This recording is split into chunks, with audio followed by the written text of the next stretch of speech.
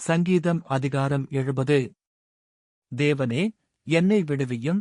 கர்த்தாவே, எனக்கு சகாயஞ்செய்ய தீவிரியும்.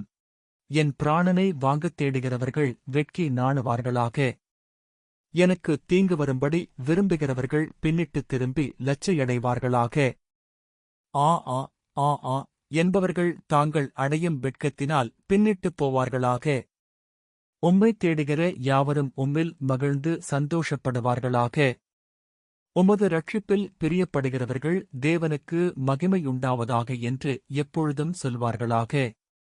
நானோ சிறுமையும் எளிமையுமானவன்.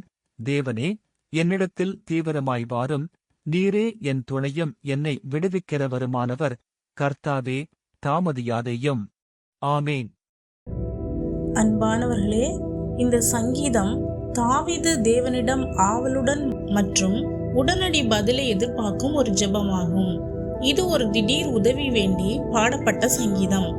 இந்த சங்கீதத்தில் தாவீது தனக்கு விரோதமாய் எழுந்தவர்களிடமிருந்து காக்கும்படி தேவனிடத்தில் முறையிடுகிறார். கர்த்தாவே, தீவிரமாக இரட்சியும் என்று தம் மனதின் வேதனை வெளிப்படுத்துகிறார். நம் வாழ்க்கையில் கூட சில நேரங்களில் பதற்றமான சூழ்நிலைகள், சத்துருக்களுடைய நெருக்குதல்கள் மற்றும் எதை செய்ய வேண்டும் என்று புரியாமல் தவிக்கும் நேரங்கள் கூட வரலாம். அவ்வேளையில் முதலில் தேவனை நோக்கி வேண்டுதல் செய்யுங்கள். அவர்தான் நம் மீட்பரும் இரட்சகருமான தேவன். நம்முடைய ஜெபத்திற்கு உடனே பதில் தந்து நமக்கு துணை செய்து நம்மை விடுவிக்க வல்லவராயிருக்கிறார். ஆமேன்.